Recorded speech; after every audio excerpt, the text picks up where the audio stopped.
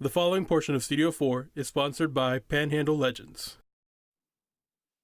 Welcome back, everyone. Here is a name that most people in Amarillo can identify, Bones Hooks. But most people don't know the amazing life of this Panhandle legend. So here's a short look into the life of Mathew Bones Hooks. Panhandle Legend presents Bones Hooks. Born on November 3rd, 1867, he got his nickname Bones due to his slight and willowy stature. Started his cowboy career at age 9, driving a chuck wagon. He became a legendary horse breaker. It was said that if Bones couldn't bust a bronc, then it wasn't meant to be ridden.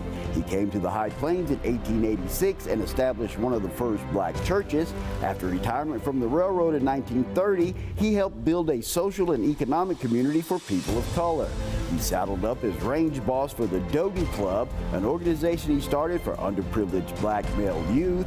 He also was a charter member of the Panhandle Plains Historical Society and the first African American to serve on a Potter County grand jury. He was inducted into the National Cowboy Hall of Fame in 2021.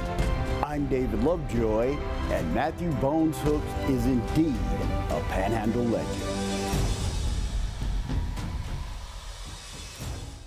Absolutely he is. And joining me now is David Lovejoy. He is an expert behind this Panhandle legend. How are you doing? I'm doing great. How are you doing? I'm fantastic. Thank you for joining us. And I think I say it every time, but I get chills on these Panhandle legends. They just tell a story about the area, and it makes me feel all good inside. Yeah. It really brings up some of the people who made us what we are today, and it's a great example of it. Absolutely. So we covered a little bit in that little piece, but there's so much more to Bones Hooks than that little piece. Tell us a couple things about him. Bones Hooks was just extraordinary. Can you imagine going to work full-time, driving a chuck wagon at 9 years old? No. And becoming one of the world's famous cowboys in the history of the world, and then later on another career as a railroader. Yeah. And then to build a community. I mean, just this guy never took a breath. Absolutely. Never took a breath. And then to become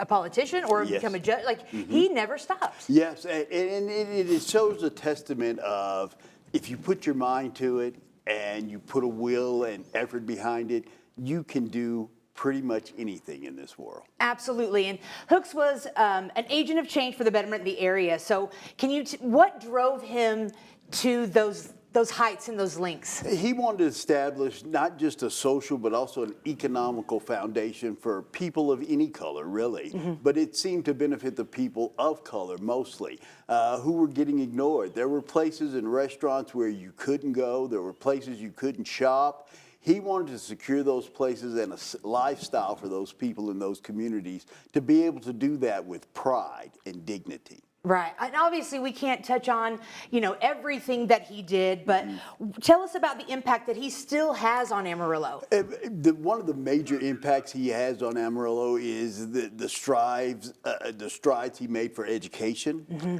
and for self-resilience and self-determination. Business owners now in North Heights can look back and say, well, some of the things that Bones Hooks did helped me establish what I'm doing to this day.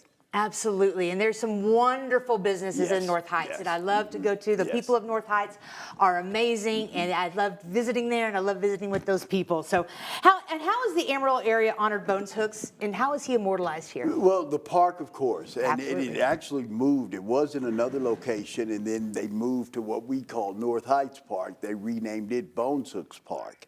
It was the other park up on 18th Street by the YMCA. The plaque that they put up there to honoring him. I would like to see a street named after Bones Hooks. I really think that would be a fitting due for the magnitude of impact he had on our community. Absolutely. You bring that petition up here, and I would love to sign it. I would love to sign it. We'll get that started then. All right.